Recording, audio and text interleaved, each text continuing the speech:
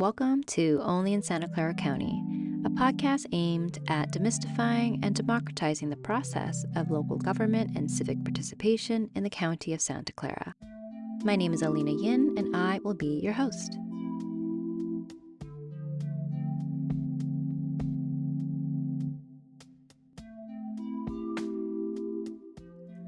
Hello and welcome, everyone. Welcome back to episode 2, County Policy 101. Now, before we ascend into the wonkery, let's do a quick recap.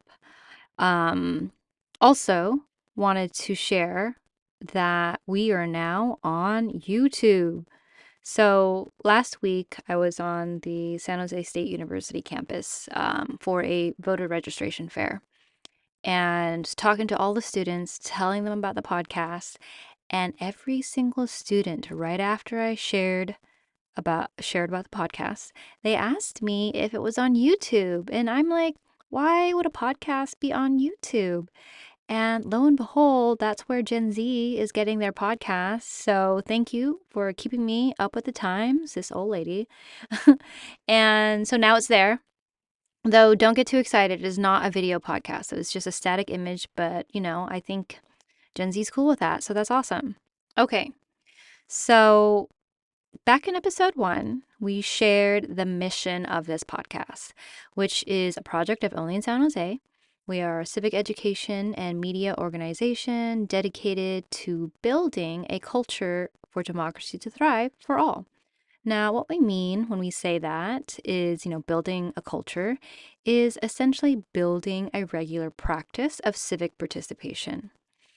Much like gardening, it requires regular effort to maintain and nourish, and many hands make for light work and much abundance, and democracy is a team sport. So, last episode, we essentially covered the structure, the bones of county government. And county governments, they serve a larger geographical area than cities and towns, but are smaller than the area of the states. They are created by the state government and typically operate under provisions set out in the state constitution. As such, they are essentially administrative units of the state. And for me, when learning systems, I'm a big fan of understanding structure first. That's what we did in episode 1.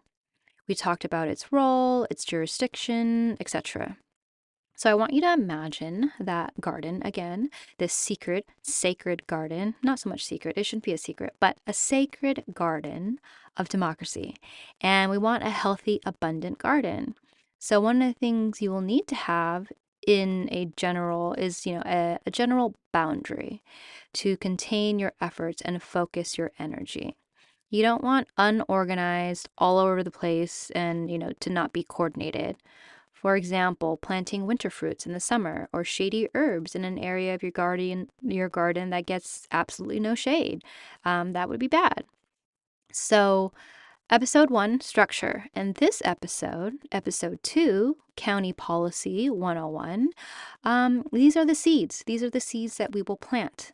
I also like to think of policymaking as world building, because if you think about it, it's where ideas transform into reality via the letters on a page. This takes a special kind of endurance to conjure such thoughts out of your mind and into reality. So our policies, our laws, etc., these are our seeds, our dreams, and our visions for community. And another thing I want to highlight about policymaking, most of us who are not elected officials, people who do not work in government, don't have a master's in public administration, etc., myself included, used to think that policymaking was only for experts, for lawyers. And while yes, those people are needed, so are we, the people with the lived experiences, to tell the experts, don't put that exit ramp there. That's next to an elementary school. The speed bump should go here on this street where speeding is more of a problem. These pedestrian crossings don't have any lights. This neighborhood block has no green spaces. Our nearest library is 30 minutes away, and we don't have enough grocery stores, etc. Just like you would say, not hire an interior designer for your house and then never talk to them. Policy making does not exist in a vacuum. It is not a conversation between just experts. It definitely should not be just between experts. The best policies are the ones that include the collective intelligence and knowledge of the community. Which brings me to this first clip that I would like to share, this concept of scenius. It's by Brian Eno. And this talk was given under the context of art and artists, but I find the art of policymaking and dreaming for a community just as relatable.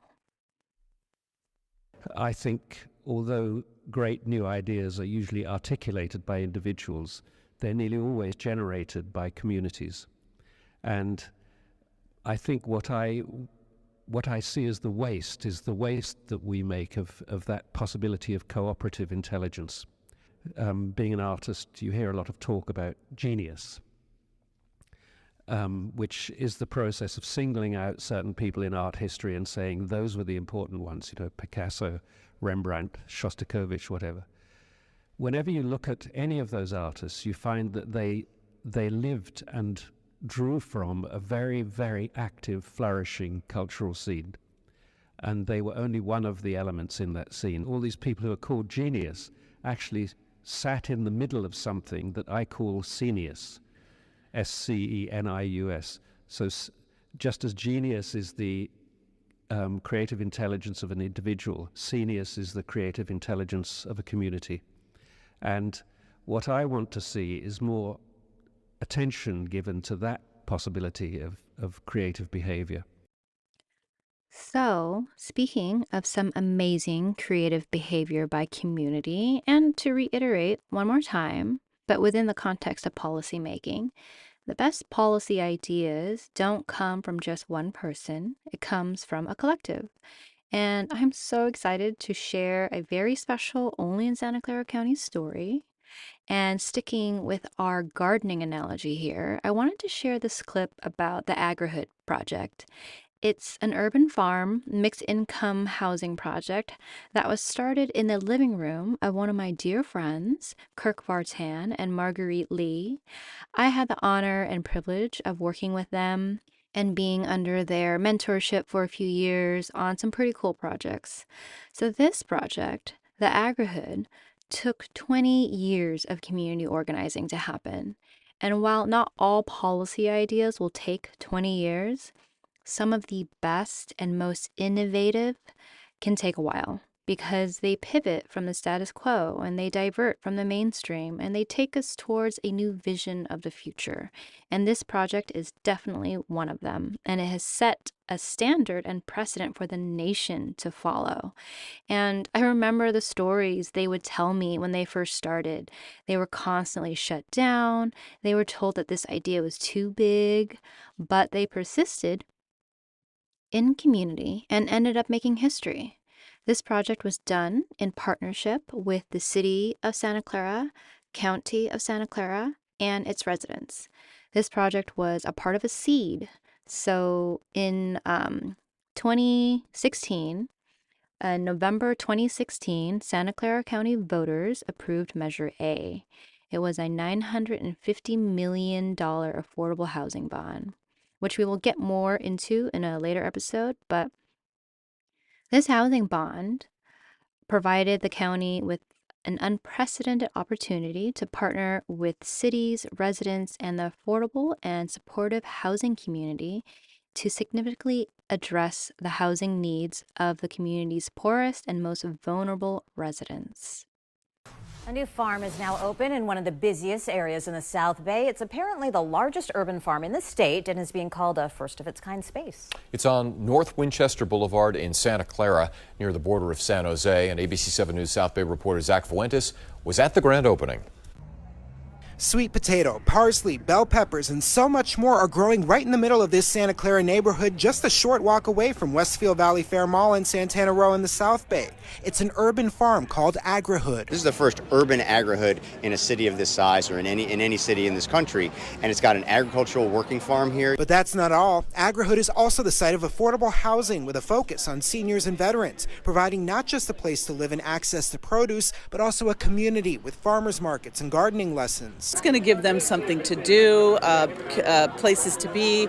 We're going to have 50 pop-up events a year here, so they're going to meet each other, have fun together, and really enhance their quality of life. Community member Kirk Vartan was one of the driving forces behind the project. He started encouraging the city 20 years ago to revitalize the former UC Davis agriculture site. Started connecting and we started engaging community and we started having meeting after meeting. Millions in funding from 2016's Measure A affordable housing bond and the city of Santa Clara helped fund AgriHood, bringing in a master developer called the Core Companies. 165 affordable units have been allocated for older adults, including 54 units of permanent supportive housing. For us, it was really important to look at what are we building and who are we serving. And we know that our homeless population is aging, and AgriHood is responding to that need.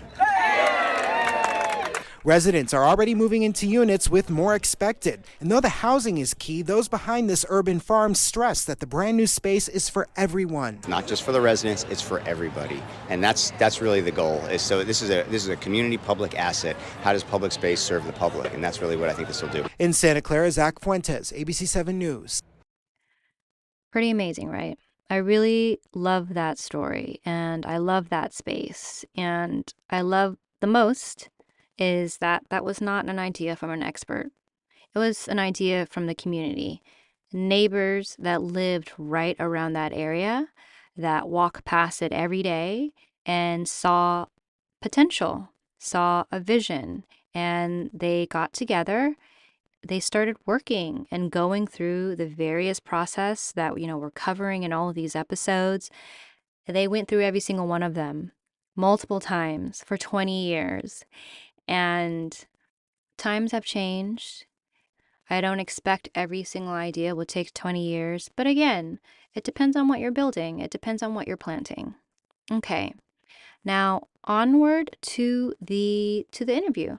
So the process of policymaking, we're going to talk about policymaking in the county of Santa Clara, but not how to research and write policy.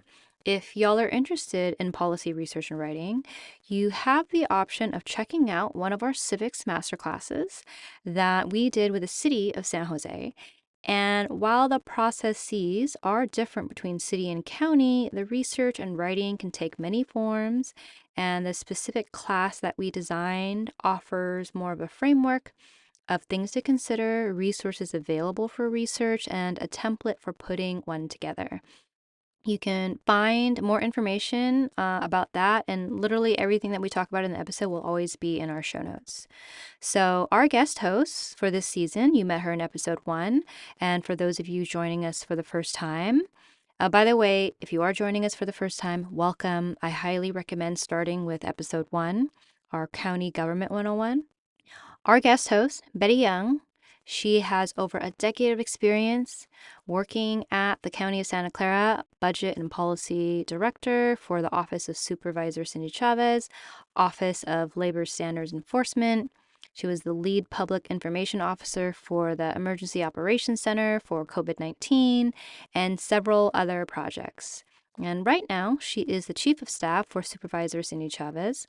And disclaimer, Betty is currently a Board of Supervisor candidate. However, this podcast, is a part of the Only in San Jose Civic Education and Media Organization. We are a fiscally sponsored nonprofit organization, and this is neither an endorsement or opposition of any candidate for the Board of Supervisors. So, for this episode, Betty will be reaching back into time to put on her policy director hat.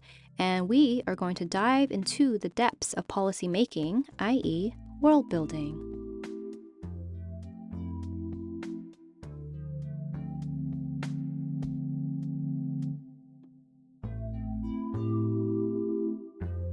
And all that work, now we get a little wonky. Yes. When we talk about policy, and people always ask, what is the policy of the county? I was like, well, let me paint the picture. We have 5 policy committees, and everything at the county will flow through at least one of these 5 committees for discussion, for vetting, for auditing, for analysis, for next steps, right? And so the 5 policies are Public Safety and Justice, Finance, Governance, Operations Committee, that's FGOC for sure, a lot of acronyms here, the Health and Hospital Committee, The Children, Seniors, and Families Committee. Okay. Yeah, that's my favorite. Anything that's related to children, seniors, or families will go through that committee. Okay. Yeah, and a Housing, Land Use, Environment, and Transportation Committee. Okay. Yeah, so those are pretty broad categories, but that kind of gives you like a sense of like all the vast breadth of the work at the county. So these 5 committees work. How do they work? And how often do they meet? Is it public? Can we watch? Oh, yes, absolutely. So these 5 committees are all public Brown Acted meetings, which means notice and the agenda is provided 7 days in advance of the meeting. And that gives the public the opportunity to vet our materials and be able to participate in the meeting. There's always public comment at the beginning of the meeting and public comment before each item that's discussed. Yeah. Okay. So there's multiple opportunities. And of course, we always accept written comment and feedback. So each of these committee meetings is chaired by one supervisor and co-chaired by a second. So every supervisor serves on 2 committees, one as co-chair and one as vice chair. Vice chair, okay. And all the committees meet once a month, and the policy flows both to and from the committees. So a lot of times, or half the time policy starts at the committee level, and after proper vetting, after lengthy, thorough discussion, or maybe sometimes short discussion, maybe when there's clarity, right? At some point, that policy discussion is now ready to be moved on to the Board of Supervisors meeting, where all 5 board members are present for actual an actual vote. And what that vote will mean is an allocation of funding, an allocation of staffing, a policy commitment, a governance commitment to making sure that policy piece is invested in, is supported, implemented, and that its results are going to be properly audited to make sure that we've done our job there. And then is this going to be the building blocks for the next phase of that initiative?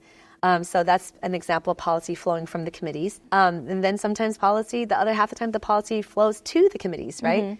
It's something that was introduced at the Board of Supervisors meeting, by one of the supervisors. Okay.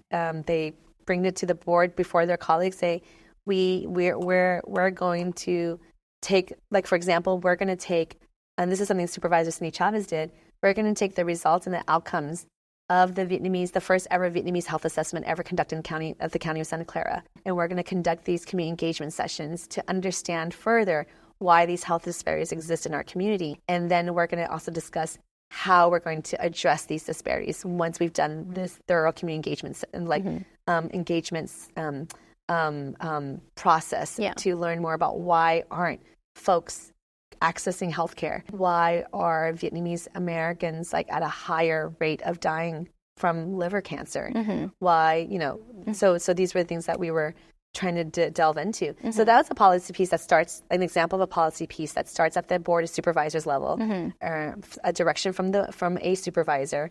Then their colleagues will vote in favor or against it. Should it pass now, it goes to staff through the committee meetings to be constantly monitored, updated before it comes back to the full board for next steps. So trying to understand the gateways. Yeah. Or I feel like there's 2 gateways. So as a resident, how you participate in this, you might bring something up at a Board of Supervisor meeting, and they send it to committee. Yes. But can you also go to the committee and say oh, I have an idea. I want you to look into this. Yes. And then the committee, but before they can start working on it, they would have to send it to the Board of Supervisors to add on their work plan. Possibly. Or does it work? It does work that way. In the city. And so the county. It can work that way. Okay. Yeah, that's definitely, those are all actual avenues of how policy can be developed. It could also be something that a committee member will take up on the spot, right? Hey, you know what? Okay. Ellina provided really great feedback about a critical function in the county's operation to the staff before me. I'd like to add that to the next month's committee agenda for further development and assessment. And so it could stay at committee and be further vetted before going to the board, or it could be just taken straight to the board. But also, I highly encourage this. Reach out to your board offices, right? Staff, you mean the staff? The staff, reach out to the actual supervisorial offices. They're all publicly accessible. All of their information is on the county website. Phone numbers, emails for staff persons, and you could reach out to them. And I really stress that because not everybody's available for a committee meeting in the middle of a weekday, in the middle of a workday, right? Yeah. That's unfortunate. I really would like to see our committee and board meetings be even much more accessible than they already are. Yeah. But if you're not able to make it to a committee meeting to provide public comment, I always encourage you to reach out to the chair and the co-chair of the committee, your board supervisor, and letting them know that this is something that you really want the board of supervisors to look at or have answers for, because it's something that we're curious about. And so how do these committees work in conjunction with commissions? Oh, with commissions, yes. Boards and commissions, yeah. Yeah, so the boards and commissions, which is also in the county charter. I was just flipping through, and there was the board of supervisors shall establish pursuant to section 506 a county planning commission, and then there's other commissions also. So commissions are in the county charter. All of them or just some of them? I think like the main authority that prioritizes the operations. Planning commission is always one. Yeah, the authorities to support and mandate the county's support of commissions and implementation of commissions is in the county charter. So that is something that's built into our governance. So the commissions are made up of members of the public. Each commission member is appointed by a supervisor. So you get appointed. There's a whole process where you apply, you're interviewed, you're appointed, you're sworn in at a board meeting, you're an agenda item, and you take this oath to serve and protect the residents of Santa Clara County through your respective commissions. And the commissions meet year-round, and then they every year they present a work plan to the committees, the relevant policy committee that oversees the work of their commission, and then after it's vetted at the committee level, it goes to the full board of supervisors for adoption and approval. That this is what the Human Rights Commission will work on, what the Arts Commission will work on, what the Consumer Affairs Commission will work on. So we have really great commissions made up of volunteers and members of our community who deeply care about the well-being of their neighbors. And so the commissions inform a lot of our policy work. They also inform the engagement we have with our public. And so the work plans become something that once it's adopted and approved, it becomes part of the county's work plan as well. Oh, that's awesome. And it's also, I think, I personally think that it's one of the highest forms of community service. You're not running for office. It's not really about that. It's really, for me, about putting your lived experience and your skills to work in service of the community in like a very specific area. Yep. And it's really rewarding. But it's also, I feel like one of those wax on, wax off. It's that kind of work. It's iterative. It's a lot of study, and it's a lot of. But you get to be in a room filled with really very like-minded people who care just as deeply and about the issues that you do. Yeah. And everyone does their part and brings the best ideas and best forward-facing thinking to our county leadership. And this is the space, like I like to point out all of the working spaces where you have city staff, city residents, or county staff, residents, and your elected officials working together. This is beyond voting. This is deciding what goes to vote. On the board of supervisor levels, and sometimes on a ballot, level as well. All right, everyone. That is a wrap for this episode. In our show notes, you can find references to the Board of Supervisors contacts, the date and times for committee meetings that we discussed, and a few other Easter eggs. And if you enjoyed this episode, this podcast, you can support us via Patreon. Please hit that like, that follow, and leave us a comment or question if you have one. We love reading the comments, and I'd like to share one that we recently got from Angela P. I am so stoked. Ran across Only an SJ, the original podcast, and it absolutely changed the direction of my life. I learned so much about local government and how to get more civically engaged. Can't wait to hear more from the Only in Santa Clara podcast. Thank you so much, Angela, and thank you to everyone who has rated our show. Until next time.